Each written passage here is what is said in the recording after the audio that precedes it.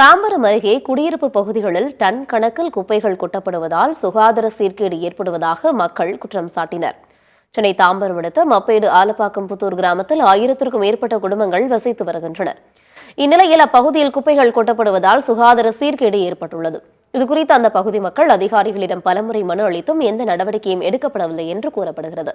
இதனால் ஆத்திரமடைந்த மக்கள் நெடுங்குன்றம் ஊராட்சி மன்ற தலைவி வனிதா மற்றும் அவரது கணவர் சீனிவாசன் ஆகியோரை முற்றுகையிட்டு வாக்குவாதத்தில் ஈடுபட்டனர். இதையடுத்து உரிய நடவடிக்கை எடுப்பதாக காவலர்கள் மற்றும் ஊராட்சி மன்ற தலைவி உறுதி அளித்த பின்னர் அனைவரும் கலைந்து சென்றனர்.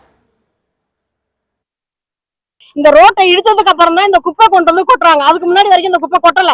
இந்த ரோட்டை வந்து நல்லா அழகா போட்டு இந்த தாரோட அந்த லாஸ் வரைக்கும் இருந்து தார் ரோட்டை எடுத்ததுக்கு அப்புறம் தான் இந்த குப்பை கொண்டு வந்து கொட்டுறாங்க. கேட்டதுக்கு அவங்க ரோட்டை அடிச்சாங்களா, நீங்க கேட்டீங்களா, நாங்க குப்பையை கொட்டுவோம், எங்களை எது கேக்குறீங்கன்னு கேக்குறாங்க. ரெண்டு பேரும் மாத்தி மாத்தி இதே கேக்குறாங்க. அதுக்கு முன்னாடி வரைக்கும் குப்பை கொட்டல. அவங்க ரோட்டை அடிச்சாங்க, நான் குப்பையை கொட்டுறேன் அப்படின்னு சொல்லிட்டு கொட்டுறாங்க. மாத்தி மாத்தி கொட்டுறாங்க. கேட்டா நாங்க எங்க தலைவர் இது எங்க தொகுதி கிடையாது, அது எங்க தொகுதி கிடையாது, இப்படி மாத்தி மாத்தி தான் சொல்றாங்களே தவிர யார் வந்து இதுக்கு ஒண்ணு நின்று பண்றது கிடையாது.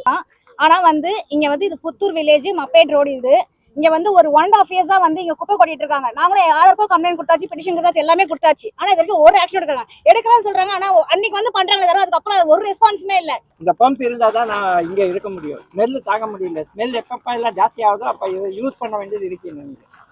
குழந்தைகளுக்கு எல்லாம் மருந்து எல்லாம் இங்க இருக்கு. அதுதான் இந்த எஃபெக்ட் ஆகும். ஏன்னா ஏர் பொல்யூஷன் ஆகும். ஏதாவது இது எடுத்தாருன்னா இது இல்லாம நான் இருக்கவே முடியல. இது வெளியில் இங்க வந்தாலும் நான் இதை எடுத்துட்டு வரணும். அந்த மாதிரி ஸ்திதி இருக்கு.